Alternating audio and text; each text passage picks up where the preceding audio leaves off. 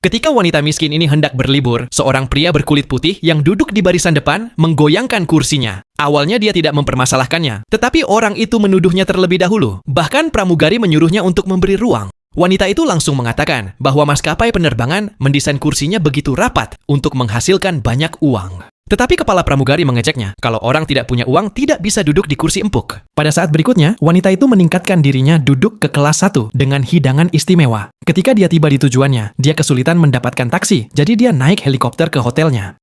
Tindakannya yang berani membuat orang mengira dia seorang bangsawan, tetapi kenyataannya, dia hanya seorang pramuniaga biasa. Dia telah bekerja keras selama 10 tahun, berharap dapat menabung untuk menyelesaikan daftar keinginannya. Sayangnya dokter menemukan bahwa dia menderita penyakit terminal dan hanya memiliki waktu hidup kurang dari 3 minggu. Wanita itu menangis terseduh-seduh, menyadari tak satu pun mimpinya menjadi kenyataan. Dia tidak pernah mengunjungi destinasi wisata favoritnya, mencicipi makanan favoritnya, dan bahkan foto pernikahannya diedit dengan tangan. Jadi, dia memutuskan untuk berhenti dari pekerjaannya, mengambil semua tabungannya, dan membebaskan dirinya untuk liburan terakhir. Dia memilih kamar mewah dan memberi tips seperti orang-orang kaya yang pernah diamatinya.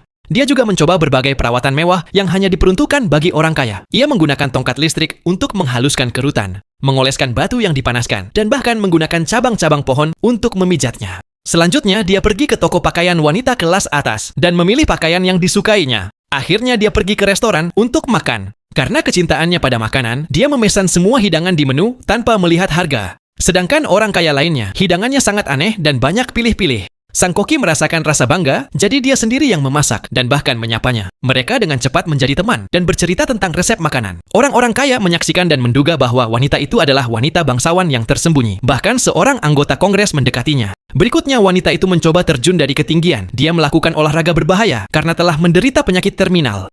Yang lebih menarik lagi adalah ketika dia memasuki kasino, dia seolah-olah dianugerahi keberuntungan yang tak tertandingi. Dia dengan santainya menaruh semua chipnya dan menang secara tak terduga, bahkan memenangkan setiap angka yang dia pertaruhkan.